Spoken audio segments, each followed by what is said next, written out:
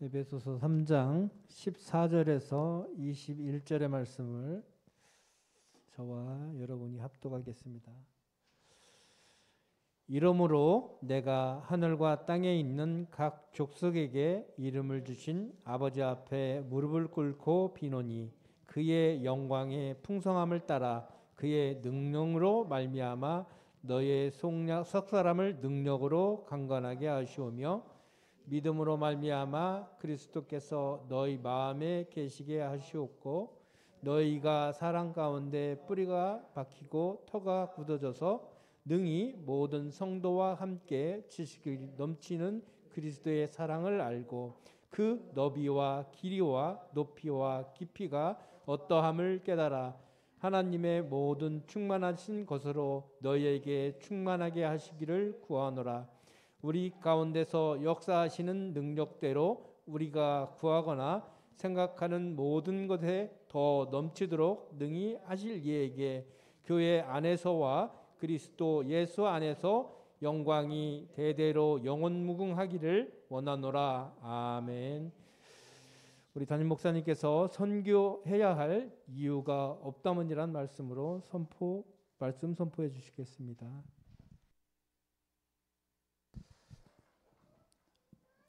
이 시간 잠깐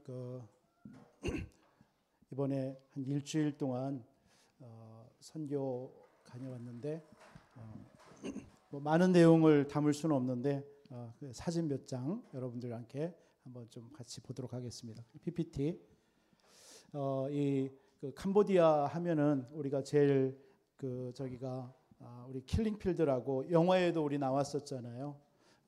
정말 거기에 한 75년, 한 3년 반 동안인데 그 반 동안에 그 캄보디아의 인구 3분의 1이 죽습니다. 그러니까 그냥 죽는 게 아니라 그냥 총으로 이렇게 죽진 않아요. 왜 총알이 아깝다 해가지고 농기구나 도끼나 칼이나 그리고 직접 보여주는데 그 야자수 나무가 있는데 야자수 나무가 톱처럼 돼 있더라고요.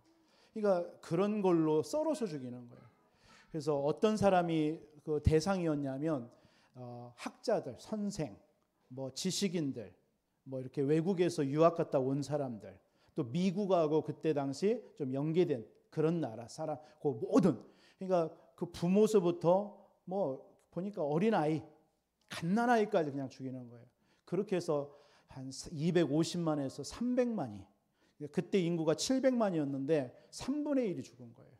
그러니까 그 죽어 있는데 그냥 처음에 한 고등학교에 그냥 다 불러놓고서나 신문하는 겁니다. 그 학교 현장도 잠깐 이따 보겠지만 그 학교 교실에다가 놓고 고문을 하는 거. 그래서 끝까지 자기들이 요구하는 데까지 신문을 해가지고 답을 얻잖아요. 그럼 풀어주는 게 아니라 그냥 킬링필드라는 곳에 보내가지고 거기에서 그냥 다 그런 식으로 죽인 겁니다. 가보니까 킬링필드 현장에 해골로 이렇게 기념관에다 담아놨는데 참 비참하고 곳곳에 막 그 죽은 뭐 이런 그 어떻게 죽였는지 그런 도구들도 보여주고 뼈하고 이빨 있잖아요. 그런 것들이 아직도 남아 있어요. 그게 그냥 이렇게 보관돼서 그런 상태로 비참하게 죽은 거죠. 그러니까 인구 3분의 1이 죽을 정도니까요. 그 나라. 그래서 그 사람이 누구예요? 폴포트라는 사람이거든. 이 사람이 원래 교사였는데 중국에 가서 그 마오쩌둥 그 공산주의 사상 그걸 듣고 와서 자기 나라를 그렇게 한 겁니다. 그래서 이게 그들이 이끄는 단체가 크메로 루즈라고 해가지고 이제 무장 공산주의 단체인데 한 200만이라고 하지만 한 300만 가량이 비공식적으로 죽었다라고 합니다. 참 비참하고 그러니까 그 나라 자체가 무능한 거예요. 무능한 겁니다. 왜? 다 지식인 죽었으니까요. 그러니까 뭐 그냥 못 배운 사람들, 농민들 이런 사람들만 있는 그 사람들 데리고 하니까 결국은 그 정권이 무너지고 난부터 나라가 점점 막 피폐되는 거죠. 그러니까 지금도 문맹률이 굉장히 심하고요. 아이들은 굉장히 많습니다. 뭐 한 가정에 6에서 12명을 낳는다 합니다. 그러니까 렘넌트 사역은 굉장한데 많이 있는데 그런 나라 자체가 굉장히 지금 낙후되어 있고요. 비참한 그런 현장. 그래서 뭐 불교가 거의 대부분인데 그 불교라는 게 결국은 불교와 함께 우상 숭배들이 많습니다. 그런 현장. 그래서 이슬람교와 기독교, 뭐 기독교는 한 0. 몇 프로라 합니다. 그래서 지금 우리 교단에서 파송된 이번에 아마 그 선교사님이 이제 공식적으로 파송이 될 것 같고요. 또 비공식적으로 많이 들어가서 사역들을 많이 하고 계시는 것 같습니다. 그래서 그 교회에 캄보디아 임마누엘 교회인데 그 교회를 중심으로 해서 5교회 지교회가 있습니다. 그 지교회의 현지인들 그리고 청년들, 우리 랩런트들이 많이 자라납니다.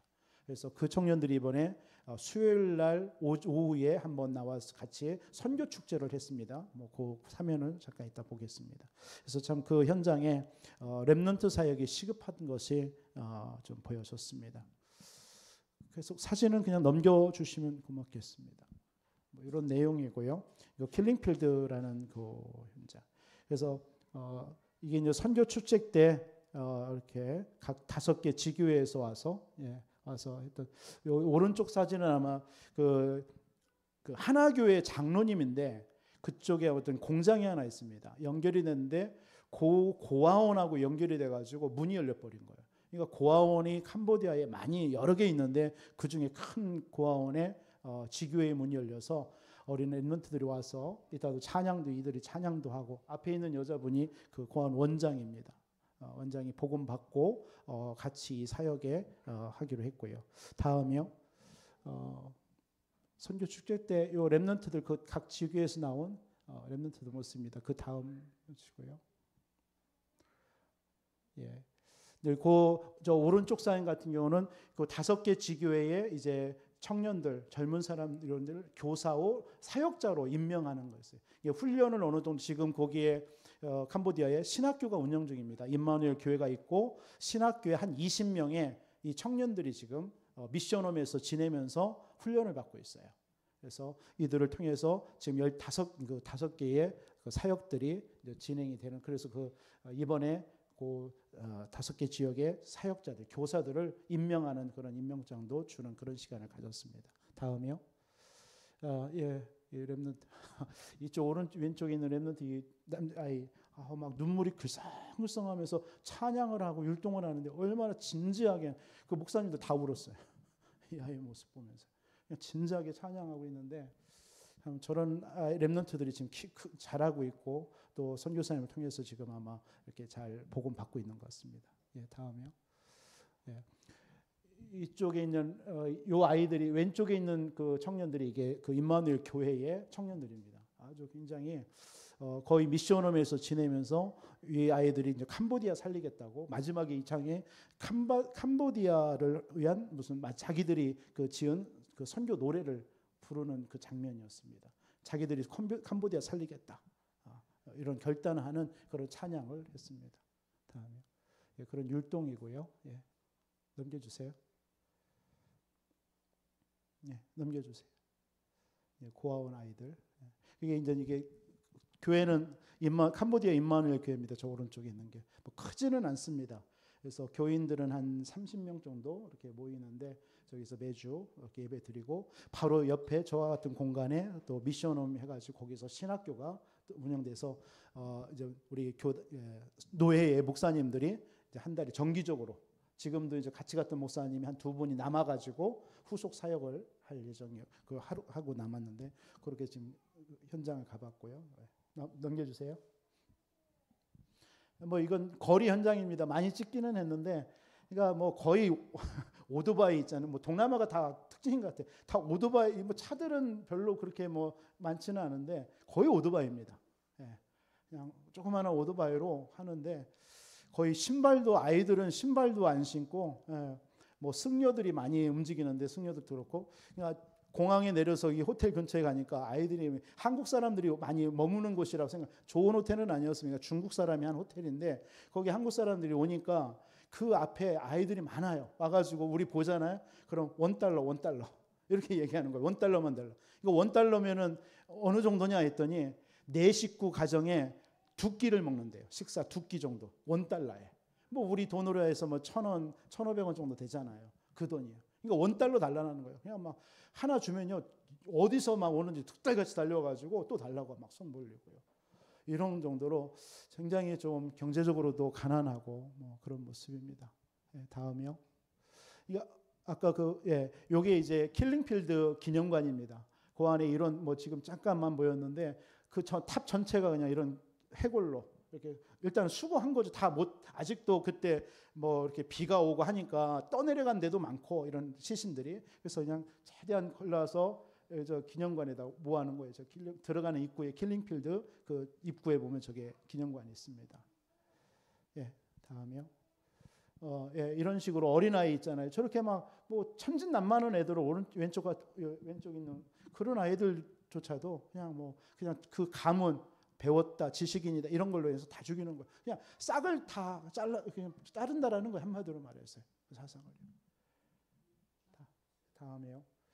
이게 그러다 보니까 이제 그 불교지만 굉장히 우상이 곳곳마다 많은데 그 선교사님 얘기들로는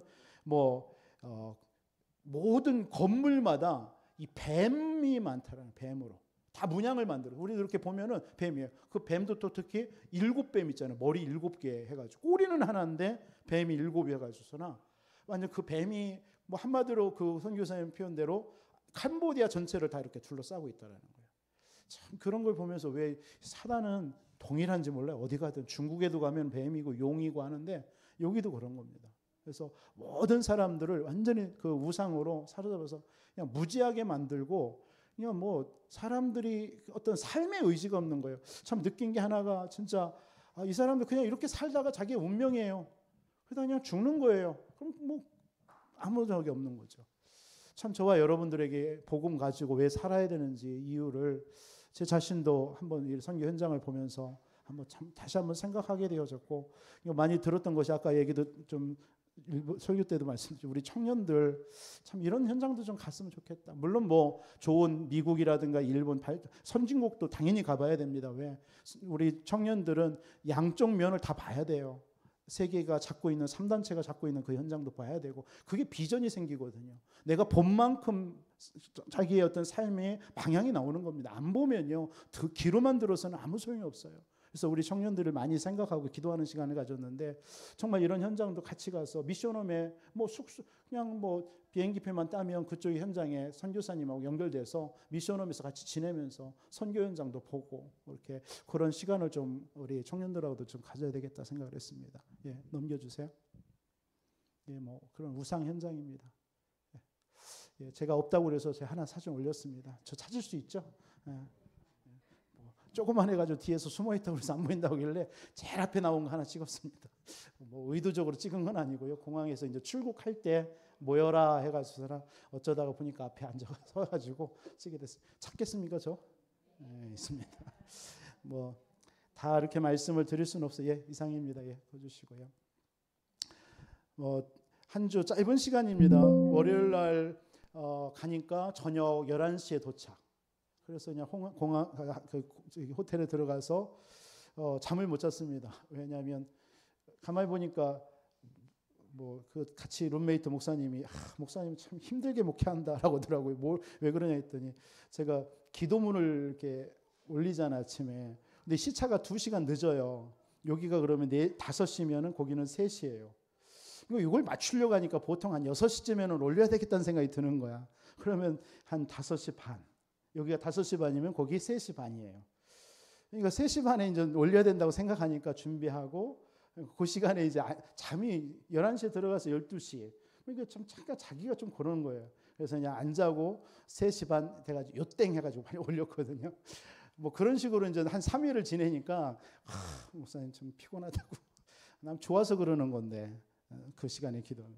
뭐 그런 에피소드 있었고 아무튼 뭐 그렇게 하고 화요일하고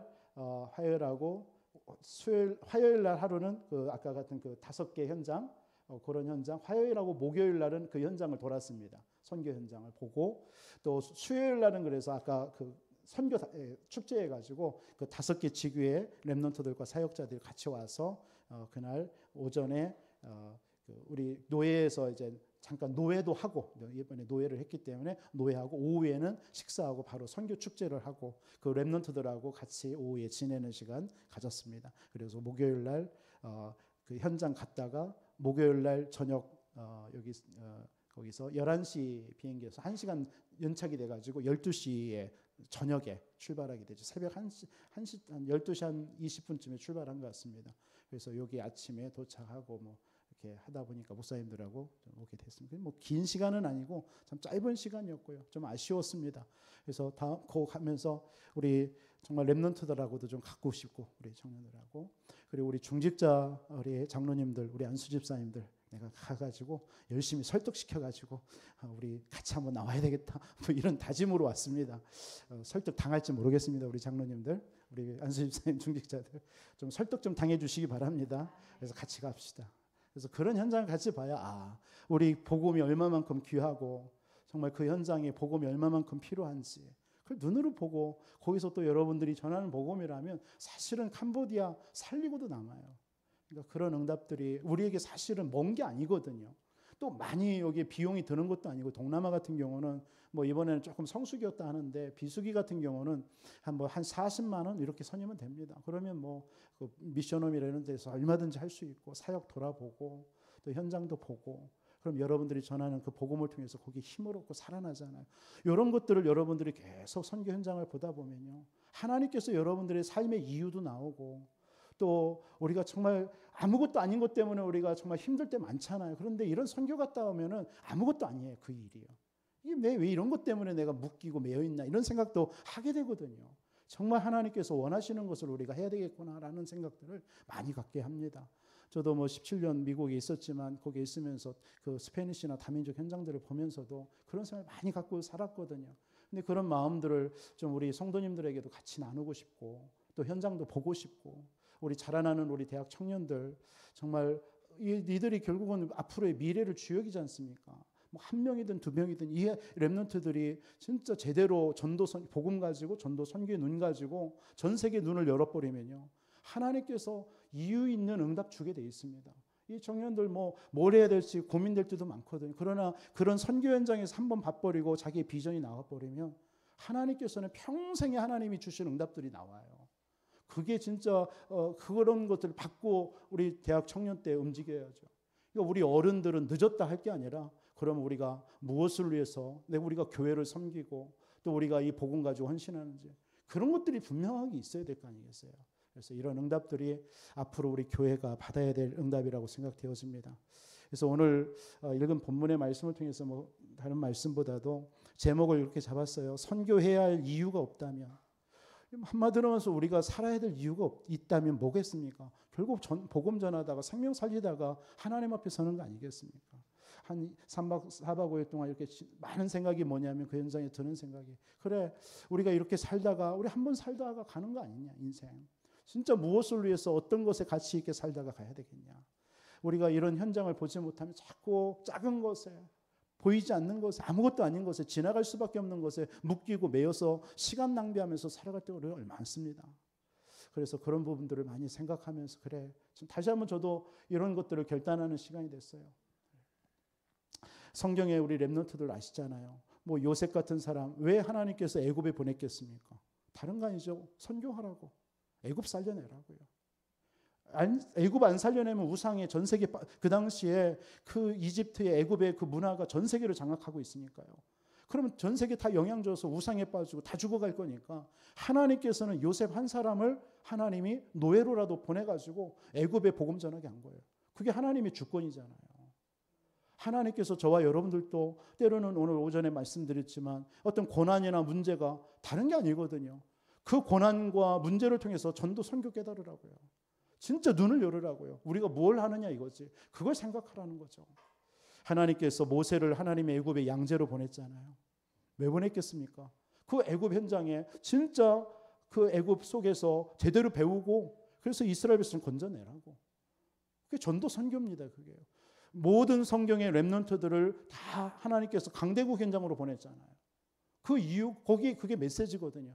하나님은 창세기 1장 27절에 하나님이 형상으로 창조했잖아요. 그죠? 그리고 나서 우리 인간에게 하나님이 딱 말씀한 게 창세기 1장 28절이에요. 처음 약속이 세계복음하고 예수님이 하나님이신 예수님이 이 땅에 오셔서 마지막 약속이 뭐죠? 창세기 28장이에요. 마태복음 28장. 모든 족속으로 제자 삼으라고요. 하나님 처음과 끝이 뭡니까? 전도 선교예요. 세계복음합니다. 그 안에 우리가 이 땅에 잠시 육신을 입고 살아가고 있는 거예요. 그러니까 시편 90편 기자는 뭐라고 합니까? 이 잠시 사는 이 기간을 뭐라고 그랬어요? 밤의 한 경점이라고 그랬어요. 보이지 않는 자는 점과 같은 우리 인생을 사는 겁니다. 그 인생을 향해서 우리가 뭘 막 아웅다웅하면서 사냐 이거죠. 그게 모세가 마지막 때 그 쓴 시 아닙니까? 시편 90편. 우리의 연수가 70여 강그람 80인데 그 연수의 자랑도 신속해 가는 거 아니냐? 날아가는 거 아니냐? 이스라엘 백성들을 왜 하나님이 사무엘을 통해서요 미스바로 모이라게 했습니까? 자꾸 블레셋이 공격하는 게 다른 공격이 아닙니다. 전도 선교하는데 그거 눈이 안 열리니까 자꾸 블레셋을 통해서 자꾸 건드는 거예요. 혹시 여러분들에게 자꾸 여러분들 시험 들게 하고 여러분 걸림돌이 있습니까 혹시? 여러분 빨리 전도 선교 눈 열으라고요. 지금의 것을 내려놓고 전도 선교에 올인하라고요. 하나는 그거밖에 없습니다. 하나님이 그 이유가 아니면 우리를 이 땅에 보낸 이유가 뭐가 있습니까? 우리를 구원하신 이유가 뭐겠습니까? 다른 거 없습니다. 오직 전도 선교입니다. 그거 하는 교회, 그거 하는 중직자, 그거 하는 성도 있다면 하나님께서는 그런 렘넌트를 하나님은 쓰실 수밖에 없는 겁니다. 우리 교회가 바른 이 지역에서 이 전도 선교 세계복음화에 언약 붙잡고 나가야 될 줄 믿습니다. 여러 가지 부족함이 있어요. 지금 준비하는 과정이겠죠. 준비되는 과정 속에서 많은 일들이 불협화음도 있을 수도 있겠죠. 교회가 왜 없겠습니까? 교회가 완전 하나님이 제대로 응답 받으려면은요 그런 일들이 있을 수도 있습니다. 그런 것에 요동할 필요 없어요. 진짜 오직 전도 선교에 우리가 진짜 하나가 되어서 나간다면 하나님께서는 그 일들은 다 정리 나갈 줄 믿습니다. 그 일에 저는 우리 장로님들과 우리 안수 집사님들, 우리 앞으로 세워질 우리 예비 중직자, 우리 중직자분들만 제대로만 딱 서 있으면요 하나님이 우리 교회를 흔들 수 없는 줄 믿습니다.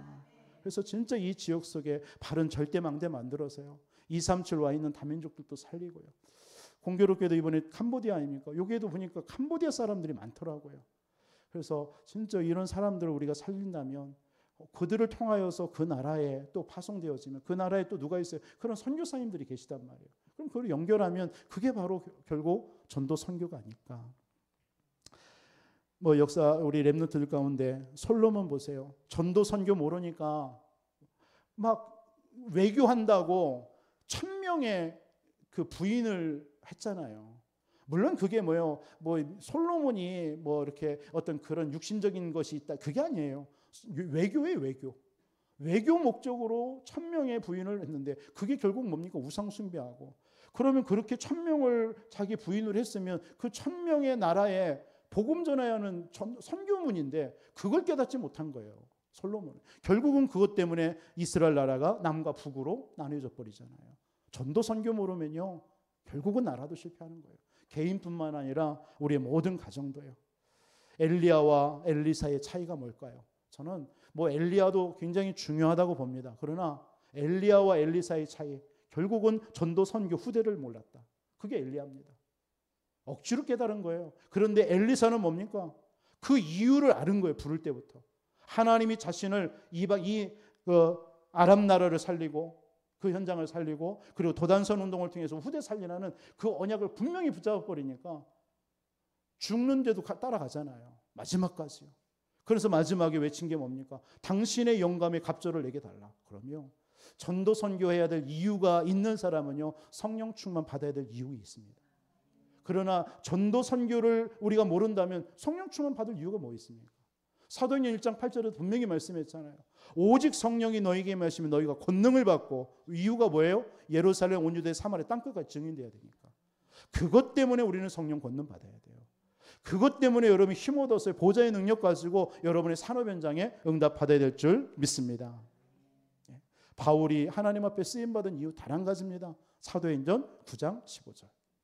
이방과 임금들과 이스라엘 자손들을 위해서 택한 나의 그릇이다. 그러면 여러분들 우리 오늘 선교 헌신 예배를 통해서 여러분들에게 참된 우리가 전도해야 되는 이유, 의미를 발견하는 시간 되어지기를 주님의 이름으로 축원드리겠습니다. 그래서 우리에게 진짜 전도 왜 해야 됩니까? 선교 왜 해야 됩니까? 저는 세 가지로 오늘 말씀을 본론으로 말씀을 드리고 싶어요. 여러분 진짜 참 복음 누려야 돼요. 여러분 전도 제대로 선교하려면요 참 복음 누려야 됩니다. 여러분 복음을 누린다라는 게 뭡니까? 복음을 누린다라는 게 여러분 진짜 환난이나 고난이 온다. 뭐 하라는 시간이죠? 복음 누리는 시간입니다. 이번 한 주 여러분들에게 그런 복음 누리는 시간 되기를 바랍니다. 여러분들이 여러분 고난이 올 때요, 복잡해지 마세요. 단순하게 사세요.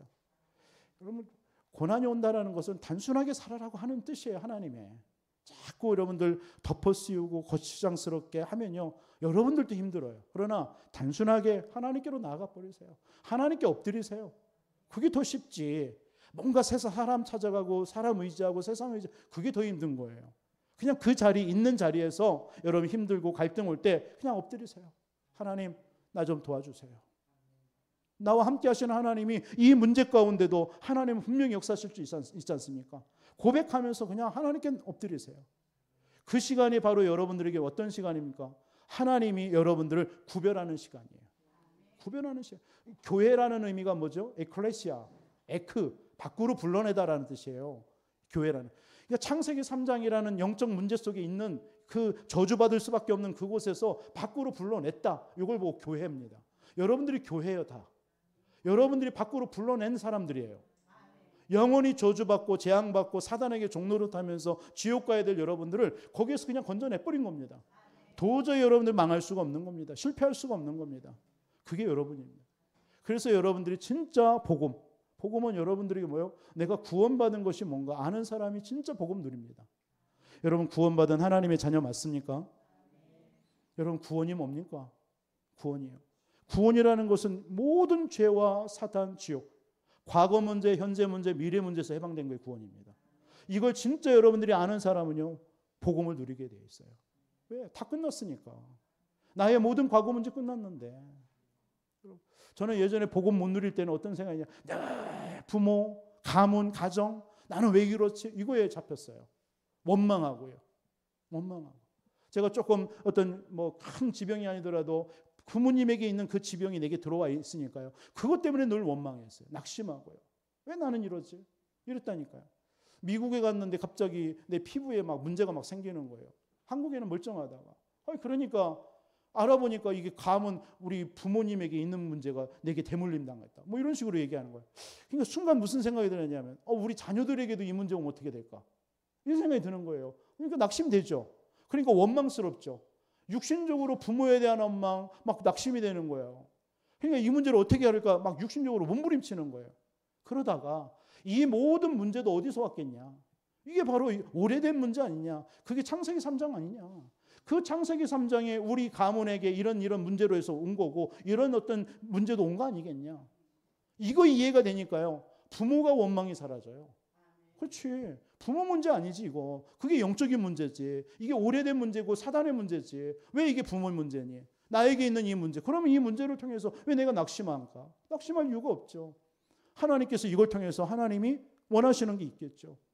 그걸 놓고 기도하니까요. 자녀들에게 또 이것이 전달될까? 이런 것도 내게 마음에 부담이 없는 거예요.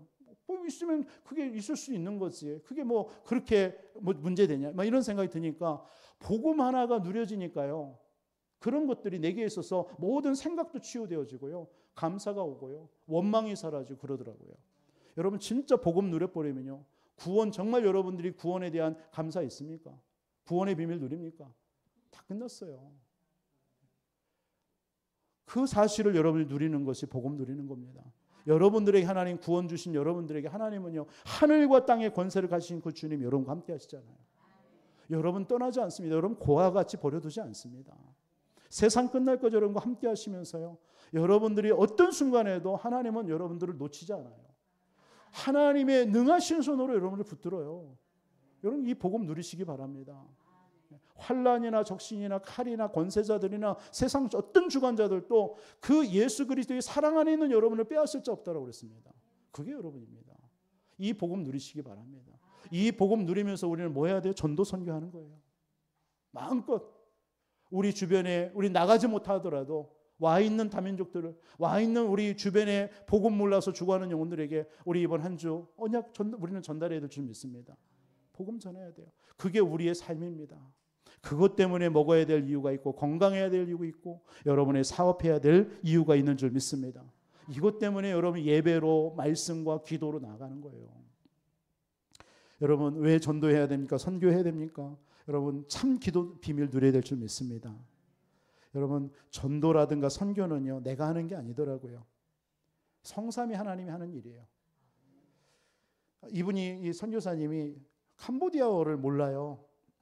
그래서 제가 그런저런 얘기는 좀 했어요. 좀 얘기가 나오니까 저도 그 현장에 있다 보니까 결국은 선교사님이 온 지 한 2년 이렇게 됐는데 언어를 준비해라. 제가 언어 준비 못해서 좀 힘든 케이스 아니었습니까?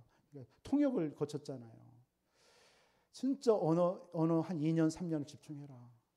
그래서 내가 또 노예 어떤 목사님, 어른 목사님이길래 좀 친하길래 목사님, 저 선교사님 막 사역적인 사역 보고만 요구하지 마세요.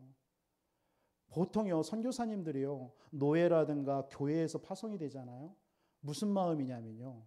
교회에서 오고 노예에서 목사님들이 오고 성도님들이 오면요 보여줘야 되는 거예요. 이게 엄청 부담됩니다. 이 사역을 하고 있는 거예요. 내가 그게 보여지더라고요. 그래서 선교사님 가능한 하면 언어 배워서 준비하세요. 내가 그 어른 목사님께도 목사님 그냥 선교비 주고 목사님들이 갔을 때 뭐 이분 충분하게 그 나라 언어와 이런 것들을 준비할 때까지 기다려달라고 그 부탁을 제가 좀 뭐 제가 한다고 해서 될 일은 아니겠지만 작은아마 내가 얘기를 했어요. 왜요? 그러면 결국 한계가 옵니다. 그 캄보디아어를 어느 크메르어인데 이 크메르어를 자기들이 이 선교사님이 정확하게 배워가지고 전달하는 거하고 어느 여자 그 전도사로 세웠더라고요. 그 캄보디아 저기 전도사님을. 그러니까 한국어를 배운 거 이 친구가. 그러니까 자기 가문이 그 이 킬링피드에서 그 할머니 부모들이 다 비참하게 죽은 거예요. 그걸 듣고 자란 거예요. 이게 상처가 많잖아요. 그러다가 이 선교사님 만나서 복음 들으니까 이 자기가 이제 이게 한이 생긴 거예요. 그래가지고 내가 캄보디아 살려야 됐다면서 한국말을 배운 거예요. 그러니까 어설프긴 하지만 이분이 통역을 하는 거예요. 그러나 이렇게 들어봤을 때 100% 통역이 안 되는 것처럼 느껴진다. 이게 한계가 있죠. 그러나 그런 어떤 전도사님을 통해서도 지금 많은 문들이 열려지고 있거든요. 그런 거 볼 때 하나님께서 그러면서 이제 선교사님께 그런 얘기를 서로 포럼한 거예요. 선교사님이 그런 준비한다 안 되는 게 아니라 선교 하나님은 하실 것이다.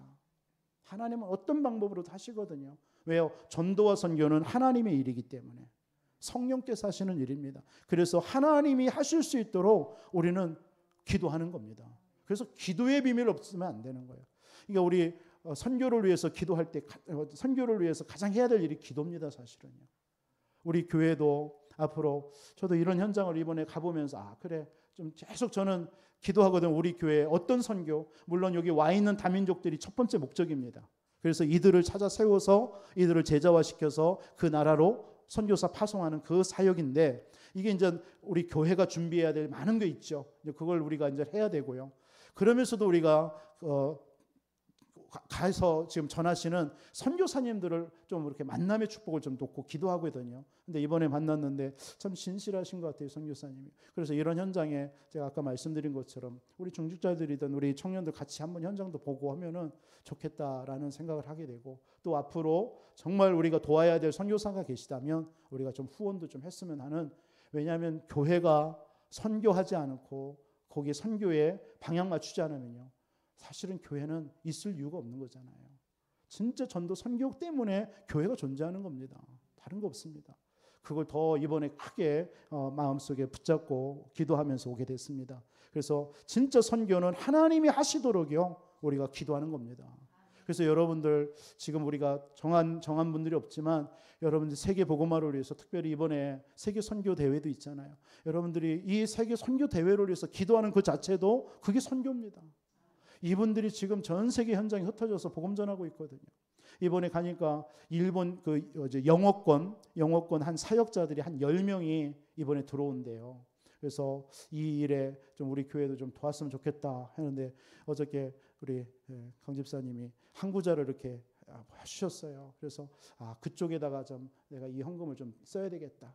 그래서 뭐 한 2주 동안을 움직이는데 경비가 꽤 많이 들어간대요. 그래서 지금 저한테도 좀 그런 중요한 영어권 사역자고 인도 살릴 수 있는 사역자들인데 이 사람들이 와서 집중 훈련을 한 2주 받는답니다. 그래서 이런 일에 좀 우리가 좀 도와야 되겠나 기도하고 있는데 오자마자 우리 강 집사님이 그렇게 딱 해주셔서 그래, 이 헌금은 그쪽으로 보내야 되겠다 생각이 딱 하게 되더라고요. 왜 그 귀중한 헌금은 그쪽이라 영어권 사역자들이 일어나는 일에 쓰이면 얼마나 감사하겠습니까? 정말 여러분들이 우리 선교 대회를 위해서 우리가 1년에 한 번 하는 거지만 선교사님들이 사실은 여러분 어떻게 생각합니까? 물론 1년 동안 쭉 사역을 하시다가 보통 선교사님들이 2주 정도 잡아요. 한 주는 선교 대회, 한 주는 좀 집회가 갈급하니까 집회를 하고 싶어서 화요 집회에 맞춰서 온단 말이에요. 2주 온단 말이에요. 사실은 그 현장 또 2주 하려고 하니까 교회를 한 주는 빈단 말이에요. 그럼 그 사역자 맡기기도 힘들어요. 그런 상황들입니다. 그런 상황 속에 와요. 이분들이 쉬기도 하시겠죠. 그런데 진짜 이분들이 오면서요, 굉장히 은혜 받고 힘을 얻고요, 충전하는 시간이란 말이에요. 그럴 때에 우리 한국에 있는 교회와 성도들이요, 그 선교사님들을 진짜 육신적으로라도 도와주고 또 좀 섬겨주고 한다면 굉장히 그 힘을 얻고 가거든요. 이번에 한번 저희 교회 오실 목사님은 미국에 있는 우리 통역하시는 장 에스더 있잖아요. 유 목사님 통역자 그 아버님이시거든요. 뉴욕에 있는 분인데 이분이 뭐 뉴욕에서 오랫동안 하셨지만 남미 아르헨티나에 처음에 가셔서 아르헨티나에 살다가 이쪽으로 오셨단 말이에요. 그래서 지금도 남미 사역을 잘하셔요. 남미 쪽에. 그래서 그런 사역도 좀 같이 들어보고 싶고 또 선교 사역을 어떻게 해오는지도 듣고 싶고 또 연세가 있기 때문에 또 우리 중직자들 예비 중직자들 오실 때에 좀 그분의 어떤 뭐 예비 중직자 훈련도 좀 겸하여서 이렇게 좀 스케줄을 좀 조율하는데 좀 그런 분들 왔을 때에 진짜 우리가 좀 헌신도 해주고 좀 육신적으로 편안하게 지낼 수 있도록 우리가 한다면 그것도 선교입니다. 그게 여러분들이 축복받는 일이고요. 그렇지 않겠습니까? 우리 가는 선교도 있고 보내는 선교도 있지만 와서 그런 선교사님들을 섬기는 것도 그게 큰 힘이 될 줄 믿습니다. 정말 여러분들이 이 선교는 기도가 없이는 안 된다라는 거예요. 이번에도 저도 뭐 4박 5일이지만 여러분들이 기도해 주셨잖아요. 맞죠? 여러분들이 기도가 없으면 사실은 못 버텨요. 그러니까 제가 하루에 아까 말씀드렸지만 잠을 2시간, 3시간밖에 안 잤거든요. 그런 속에서도 피곤함이 없어요. 그것이 뭐냐면 우리 성도님들이 진짜 현장을 놓고 기도하시는구나. 이게 느껴진단 말이에요. 이게 감사하죠. 그리고 이 선교는 뭐냐 한마디로 후대 살리는 길입니다.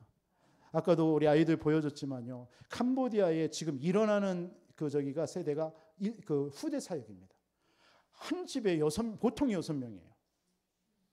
그리고 어떤 집은 12명, 13명이에요. 그게 기본이에요. 그러니까 이 교육률이 떨어지죠.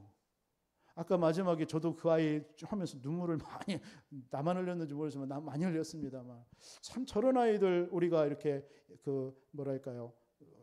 MOU 뭐라고 합니까 그거 우리 이렇게 후원 연결해 가지고 그런 것도 얼마든지 가능하거든요. 그러면 저런 아이들 초청해서 교육도 시켜주고 그래서 언어도 배우게 하고 그래서 한국말 어렸을 때 와가지고 한국말 퍼펙트하게 만들어 보세요. 캄보디아도 하지, 한국말도 하지. 그럼 이런 아이들이 금방 잘한단 말이에요.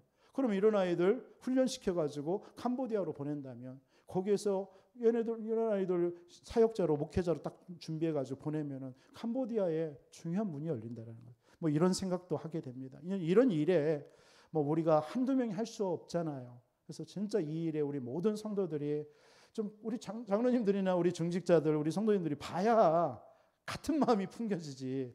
안 보고 목사가 지금 막 얘기하지만 여러분들 그런가 보다. 목사님 다녀오셨네. 이렇게 느껴지잖아요. 저도 다 들어봤거든요. 선교사님들 얘기할 때 들어보면 그렇지 맞아.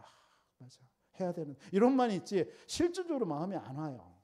여러분들이 현장에 가보면 느껴지죠. 그래서 한번 좀 기도하시기 바랍니다.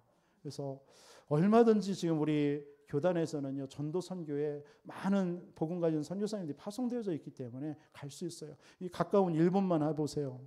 얼마나 가깝습니까? 거기에 진짜 우상으로 완전 찌들려 있는 그 현장에 선교사님들이 지금 많은 제자들을 일으키고 있거든요. 우리 그 서부 시찰의 목사님들도요 거의 한 달에 한 번씩 가요. 가서 거기서 신학생들 훈련시키고 그 현지인들 훈련시키고 돌아오시거든요. 그게 얼마나 귀한 사역입니까? 그 현지인들이 거기서 막 말씀 듣고 훈련 받아가지고 거기에서 자기들의 또 언어로 살린다고 생각하니까요.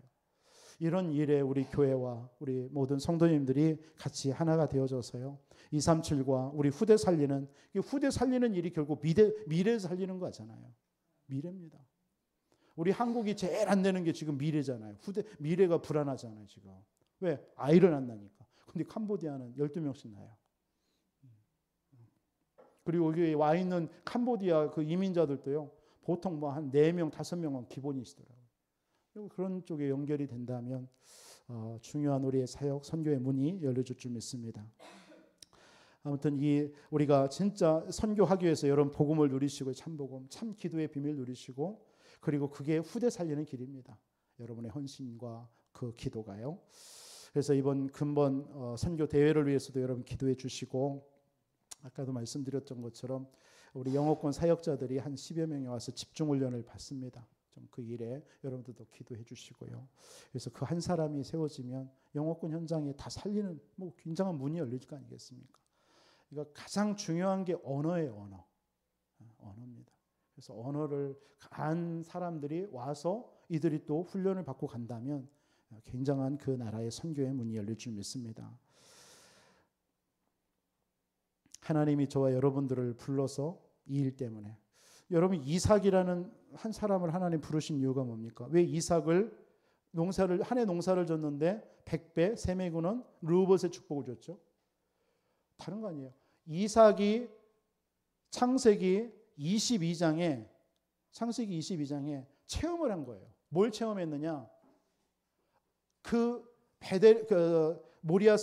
모리아산에서 자기가 죽어야 되는데 대신 죽은 거예요. 양이요. 이 사건을 체험한 거예요. 언약 체험이죠. 하나님이 완전 오직 복음 내버리니까 하나님이 그 오직 복음 된 이삭을 통해서 하나님이 축복해 버리는 거죠. 그 이삭을 왜 오직 복음 되게 했을까요? 그 이삭을 통해서 메시아가 오잖아요. 그게 전도 선교입니다. 한마디로. 여러분들에게 오직 복음 되어져서요. 여러분 한 사람을 통해서 진짜 이삭과 같은 100배의 축복, 세매근원의 축복 여러분 회복되기를 주님의 이름으로 축원드리겠습니다. 그래서 여러분의 마음속에요. 진짜 한번 선교에 좀 마음을 담고 이번 세계 선교사를 대회를 놓고도 기도하시고 그래서 여러분들이 정말 그 일에 헌신하고 쓰임받는 우리 모든 성도님들 되어지기를 주님의 이름으로 축원드리겠습니다. 오늘 구역 권찰회를 마지막 이렇게 좀 말씀 같이 드리겠습니다. 여러분 구역 권찰 직분 받으셨잖아요. 우리 이제 다 구역원들이기도 하고 구역 권찰입니다. 구역장 권찰님들. 그럼 교회 직분이라는 게 뭡니까? 하나님이 주신 직분이잖아요. 맞죠? 목사가 준 것도 아니고 사람이 준 게 아닙니다. 그러면 하나님의 교회를 이 땅에 하나님의 교회를 세우려고 하나님이 주신 특별한 직분이란 말이에요. 하나님이 주신 직분. 그러니까 이건 구역장 권찰만이 아니라 여러분들에게 주어진 뭐 이런 직분이라든가 여러분 기관장 있잖아요. 이게 다 마찬가지입니다. 이게 하나님의 교회를 이루시기 위해서요. 맞습니까? 이 목사 한 사람이 할 수 없잖아요. 그래서 우리는 장로님들을 세우시고요. 정말 우리 안수 집사님들을 통해서 교회의 여러 가지 부분들 재정부터 해서 정말 여러 가지 연약한 부분들을 다 감당케 하시고요. 우리 권사님들을 통해서 어떤 일을 하십니까? 하나님께서 진짜 우리 권사님을 통해서 많은 부분들을 기도하게 하시고 연약한 부분들을 기도하게 하시잖아요. 그게 우리 권사님들이 하는 내용입니다. 그런 사역들. 그래서 하나님이 하나님의 교회를 세우게 하시려고 주신 특별한 직분들이란 말이에요. 여러분 에베소 교회에 하나님께서 이 응답을 주셨는데 뭐라고 그러죠? 사명 감당 못하니까 촛대로 옮겼다고 그랬어요. 여러분들 주신 사명 하나님 앞에 기도하시면서 잘 감당하시기를 주님의 이름으로 축원드리겠습니다. 어떤 목사님이 그런 얘기를 했다잖아요. 만나는 사람들한테 샬롬을 인사했대요. 인사를 한 거예요. 샬롬. 샬롬이 뭐예요? 평안이냐라고 이제 평안하세요 그랬잖아요. 샬롬 샬롬. 만나는 사람한테 샬롬 샬롬 한 거예요. 그러다가 어떤 사람이 저 앞에 거무잡잡한 사람이 인상 쓰면서 걸어오더래요. 그래서 그 앞에 가서도 보통 지나갈 텐데 샬롬 샬롬 했대요. 그랬더니 이 사람이 다음 주에 교회에 왔대요. 인상 팍 쓰고 막 거무잡잡한 사람이 교회에 온 거예요. 그러면서 신앙생활을 잘 하더래요. 근데 한 3개월이 지났는데 목사님한테 왔답니다. 면담하러. 뭐라고 얘기하느냐? 자기가 가난 말기였대요. 그래서 이제는 한 3개월 이 정도밖에 못 살다라는 판명을 받았대요. 그래가지고 뭐 집에 가도 내 자신도 나는 죽을 놈, 사람들이 만날 때마다 다 죽을 놈이야. 죽을 놈인데 갑자기 어떤 사람이 가는데 길에서 살놈 하더래요. 그래가지고 용기를 얻어가지고 교회 와가지고 신앙생활 했는데 이분이 나은 거야. 자기에게 다 죽을 놈인데 자기한테만 살놈 해주더라는 거예요. 이 목사님이. 여러분 구역 권찰님들 있잖아요. 직분자들이요. 교회에서 이런저런 문제 있을 거 연약합니다. 여러분들이 가서 힘만 줘도요. 다 살아나요. 별마디 할 거 없습니다. 그래서 진짜 여러분들 3가지 언약만 우리 구역 권찰이나 우리 직분자들은 전달하면 돼요. 무슨 언약? 강단의 언약 전달. 그게 사도행전 2장 42절. 그것만 전달해 보세요. 두 번째 언약 전달이 뭡니까? 절대 언약. 하나님의 절대 언약. 사도행전 1장 8절. 세계복음화. 그거 전달해 주세요. 당신을 하나님 부르신 것이 이 강단을 통해서 정말 세계복음화라고. 그리고 하나님께서 또 주시는 3번째 언약 전달이 뭡니까? 교회와 이 시대의 언약을 전달해 주는 거예요. 우리 교회에 하나님께서 30지역, 30제, 70제자, 70망대 이 언약 전달해 주는 거예요. 계속 가서 말해 주는 거예요. 알아듣든 못 알아듣든. 그게 뭐냐? 어느 날 가슴에 딱 올 때가 오겠죠. 그게 뭐야? 라고 물어보겠죠. 그때 설명해 줘요. 우리 지역에 30지역 있는데 그곳에 진짜 절대망대 세우는 당신이 절대 제자다. 70제자. 그러면서 3가지 뜰. 그게 이 시대에 또 하나님께서 금토일 시대. 이게 이제 시대에 또 우리 교회의 언약입니다. 이걸 자꾸 전달해 주면 돼요. 그럼 강단의 언약 가서 여러분들이 은혜 받은 거 전달해 주는 거. 그건 어렵지 않죠. 여러분 주일날 말씀 받으니까. 그리고 여러분들 시대의 언약이 뭡니까? 세계복음화. 그거 여러분들에게 진짜 하나님 내가 왜 전도하고 선교해야 되는지 여러분들 가슴에 있는 거 전달해 주는 거예요. 우리가 이것 때문에 사는 거다. 그러면서 하나님께서 우리 교회와 이 시대에 주신 언약을 전달해 주는 거예요. 그런 건 여러분 그런 언약만 전달해 줘도 구역원들은요 힘을 얻어요. 여러분들 구역원들이 여러분들을 협조 안 하죠? 좀 우리 구역원들이 여기 계신 협조 좀 해주시기 바랍니다. 우리 구역 권찰님들이 얼마나 수고가 많으신데요. 여러분들이 그러나 협조를 잘 해주면 여러분 참 쉽겠죠. 그러면 여러분들이 필요 없어요. 그러나 협조가 안 되고 연약해 보이고 저 사람 왜 그러냐. 우리 구역 권찰님이 생각할 때 그런 연약한 분들이 많잖아요. 그러면 그런 사람들 여러분들이 진짜 기도하고 찾아가고 신방해주고 말씀 전해주고 언약 전달해 주잖아요.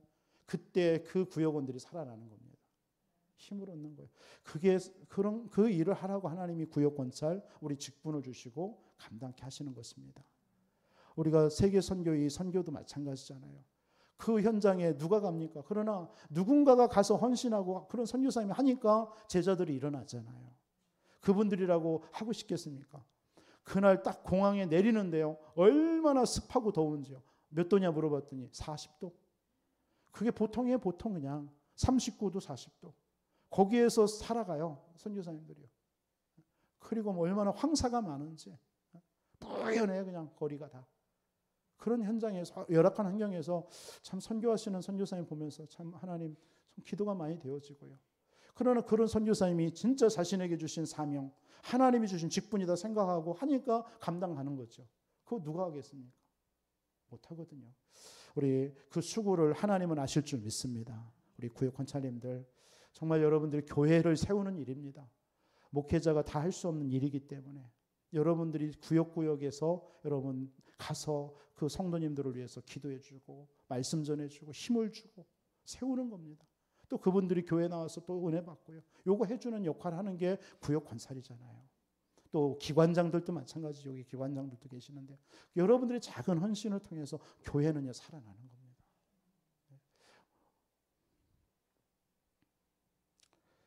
그래서 마지막 결론으로 오늘 사도행전 3장 읽었던 이 본문을 통해서요. 세계 선교를 위해서 필요한 거 3가지 결론입니다. 첫째는 예수의 이름의 권세입니다. 그게 오늘 14절, 15절의 얘기입니다. 여러분 진짜 그 현장에 오직 예수가 아니면 안 되겠더라고요. 사단과 흑암이 무너지는 이름은 예수 이름밖에 없어요. 그 우상 현장에. 그리고 두 번째, 선교를 위해서 필요한 것이 뭐냐? 진짜 성령의 역사해야 돼요. 그게 오늘 16절입니다. 여러분, 사람의 힘으로 하는 게 아닙니다. 성삼위 하나님께서 역사하지 않으면 안 돼요. 그래서 진짜 하나님의 성령께서 역사하시도록 우리는 기도하는 것입니다. 사람 방법, 세상 방법을 했다면 얼마든지 할 수 있겠죠. 왜 광야길 가는 이스라엘 백성들에게 세절기를 지켜라, 성막 만들어라, 언약궤 따라가라? 왜 그러죠? 성령께서 역사해야 되는 거예요. 사람이 하는 게 아닙니다. 여러분들, 지금도 선교 현장과 전도 현장은요, 성령의 역사가 아니면 안 됩니다. 성령의 역사. 그래서 사도행전 1장 8절에도 예수님이 마지막 승천하시면서 성령의 충만함 받으라 한 거예요. 마지막으로 오늘 17절로 19절에 보니까 정말 거기에 필요한 게 뭐냐면 사랑이에요. 사랑. 그리스도의 사랑, 십자가의 사랑. 이 사랑이 없으면 헌신이 안 됩니다.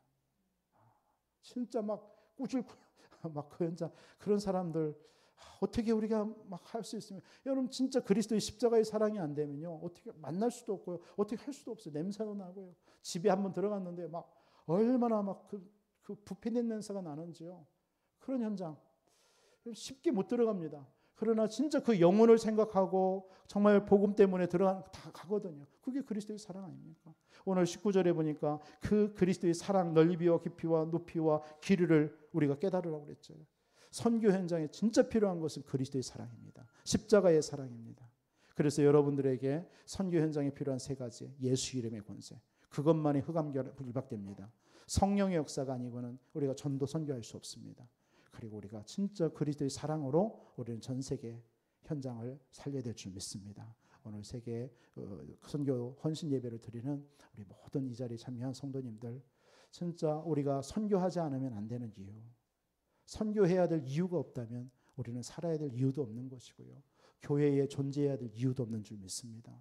그러나 전도 선교 때문에 하나님은 명령하셨고 그 일 때문에 우리를 부른 줄 믿습니다. 이 일에 주님 오시는 그날까지 끝까지 우리 헌신하여서 하나님 앞에 정말 잘했다 칭찬받는 그런 하나님의 사람들이 다 되어지기를 주 예수 이름으로 축원을 드리겠습니다. 살아계신 아버지 하나님, 감사합니다. 오늘 선교 헌신 예배를 통해서 하나님 앞에 영광 돌렸습니다. 하나님, 전 세계 237나라가 있고 정말 복음 듣지 못하는 아버지 하나님 5천 종족이 있습니다.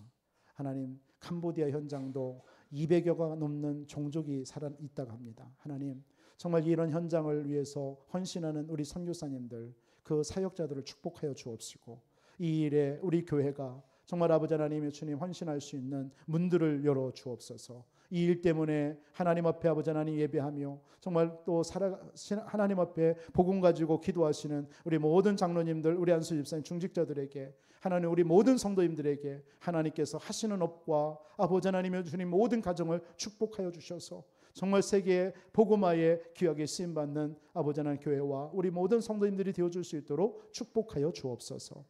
하나님께 감사를 드리며 예수 그리스도의 이름으로 기도합나이다.